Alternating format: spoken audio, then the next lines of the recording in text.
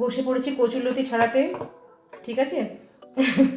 কচুরলতি খেতে খুব ভালো লাগে, সত্যিই ভালো লাগে, একটু বাছাটাই যা সমস্যা। তা আমি এভাবে বেছে নিই, ছুরি দিয়ে ফার্স্টে ঘষে নিই, তারপরে একটা একটা করে খোসা টানলে পরে না অটোমেটিক উঠে যায়। আমি পুরোটা ছাড়ানো হয়ে যাওয়ার পরে কীরমভাবে পিসগুলো করি সেটাও তোমাদের দেখাবো। বরমশাইকে বলেছিলাম চিংড়ি মাছ দিয়ে কচুরলতিটা করি, তা বরমশাই তো অফিসে চলে গেল। রাত্রেবেলা চিংড়ি মাছ পাবে কিনা জানি না, যদি না পাই তাহলে সর্ষে পোস্ত বাটাতেই করবো। কচুরলতি খেতে কারা কারা ভালোবাসো আমাকে কিন্তু অবশ্যই জানাবে। আর আমি কচুরলতিটা ছাড়ানোর পরে রান্নার কীভাবে করলাম সেটাও তোমাদের সাথে শেয়ার করবো।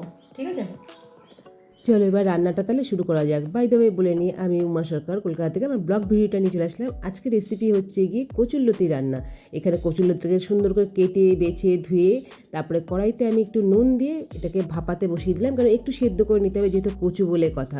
দেখো আমার এখানে কিন্তু ভাপানোটা মোটামুটি হয়ে গেছে। এই ভাপানোটা না একটু বুঝে শুনে করতে হবে, বেশি ভাপিয়ে ফেলে না কচুরলতি আবার বেশি নরম হয়ে যাবে, তখন কিন্তু রান্নার সময় একদম পুরো ঘাটা ঘাটা হয়ে যাবে।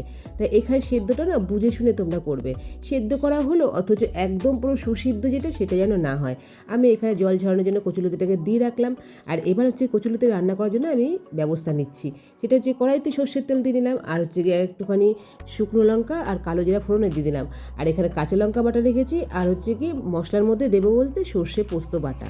আর চিংড়ি মাছটা পাইনি বন্ধুরা, তাই চিংড়ি মাছ দিতে পারলাম না। তেল গরম হয়ে যাওয়ার পরে তাতে তো গোটা হচ্ছে গিয়ে শুকনো লঙ্কা আর কালো জিরা ফোড়ন দিয়ে দিলাম। এবার এটাকে একটুখানি নাড়াচাড়া করে দিই, এর মধ্যে আমি কচুরলতিটা ভাজতে বসিয়ে দেবো। আর এখানে কোনো জল ইউজ করতে হবে না, কচুরলতি তো এমনি সেদ্ধ আছে, নরম হয়ে রয়েছে, সেটাকে সুন্দর করে ভাজা ভাজা করে নিলেই হবে।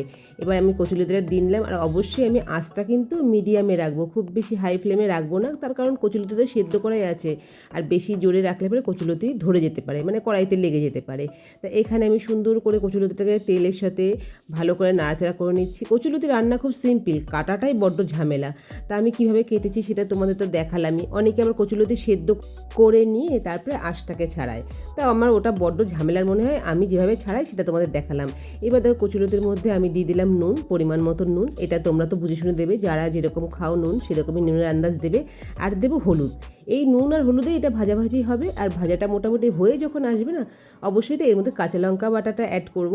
আর দেবো একটুখানি মিষ্টি, আমি একটু মিষ্টি দিই, কারণ আমার মনে হয় তরকারি খাটটা কাটানোর জন্য একটু মিষ্টিটা দরকার। তাই এখানে মিক্সারে আমি নিয়ে নিচ্ছি হচ্ছে পোস্ত আর সর্ষে, এটাই বাটা করব। আর অন্য মশলা এখানে কিছু দেবো না। কচুরলতি খুব সিম্পলভাবে রান্না করলেই খেতে ভালো লাগে। দেখো আমি এখানে একটু সুগার ফ্রি মিশিয়ে নিচ্ছি। আর এই রান্নাটা না আমার কাছে ভীষণই ফেভারিট, আমার বাড়ির প্রত্যেকটা মেম্বার খেতে খুব ভালোবাসে, যার জন্য একটু কষ্ট হলেও আমি রান্নাগুলো করি। কারণ আমার একটা জিনিস খালি মনে হয় যে আজকে আমি রান্না করছি, আমারটা দেখে আমার মেয়ে কিন্তু পরবর্তীকালে রান্না করার ইচ্ছাটা থাকবে। নাহলে যা ঝামেলার রান্না, মানে কাটা বাটা যেহেতু ঝামেলার আছে, সেই জন্য হয়তো পরবর্তীকালে জেনারেশনটা করতে চাইবে না। আমার মাকেও দেখেছি আমাদের রান্না করে এগুলো খাওয়াতো, যার জন্য আমিও সবসময় চেষ্টা করি আমার সন্তানকে এগুলো খাওয়ানোর। আর এখানে দেখো আমার ভাজাটা মোটামুটি হয়ে গেছে। আমি এবার সর্ষে পোস্ত দিয়ে একটু নাড়াচাড়া করে নামিয়ে নেবো। সর্ষে পোস্ত দিয়ে কিন্তু বেশিক্ষণ ভাজবো না, তার কারণ হচ্ছে গিয়ে পোস্তর একটা গন্ধ আছে, সেটাও চলে যায়। সর্ষেরও একটা ফ্লেভার থাকে, সেটা কিন্তু বেশি ভাজা পড়লে চলে যায়। এই দেখো আমার কচুরলতি কমপ্লিট রান্না। আর সত্যি কথা বলতে আমার মেয়ে খুব তৃপ্তি করে খেয়েছিল। কেমন লাগলো ভিডিওটা জানাতে ভুলো না।